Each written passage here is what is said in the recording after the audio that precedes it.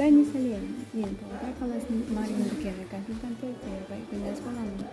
Бүгін мен обзор жасайтын кітап «Лето пионерском галстуке», яғни пионер галстугіндегі жаз.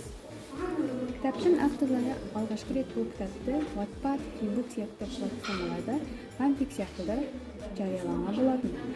Кейін ол кісілердің оқырмандарының артуына байланысты неге бұны кітап қылып шығармасқа деген ой келеді. Кейін Попкорн издательствосында бұл кітап жарияланады. Менің өз басым 10-10 баға беремін, бірақ мен жыламадым. Бұл кітап бізді 1996 жылғы Қарлығаш пионер лагеріне апарады. Детальдар, пейзаждар, атмосфера барлығы да өте жақсы жазылған. Сондықтан екінші тараудан бастап сіз КСРО заманының атмосферасына елесіз. Махаббат хикаясы өте әдемі, нәзік суреттелген.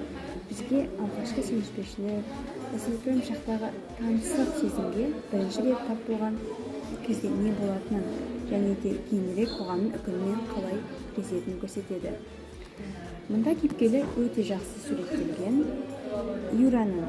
Юрканың фортепианода қайта отырғандағы сезімдерін сипаттамаларын сөзбен айтып жеткізе алмаймын.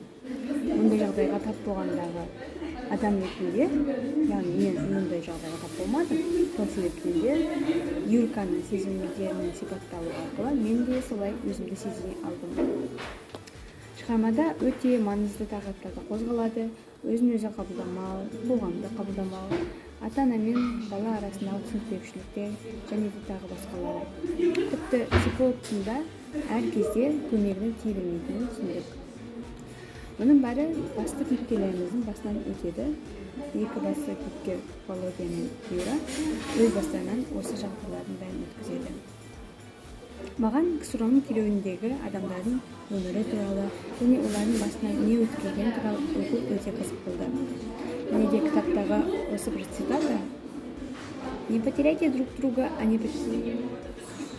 не потеряйте себя». Яғни, бір-бірінде жоғалтқанда және өздерінде жоғалтқанда. Бұл кітапты бәріне оқуға кеңес беремін. Екі ол жайлы демесеңіздер, сезімдер өте әдемі суреттелген. Махаббатта кенде жоқ, сол себептен де солай болды.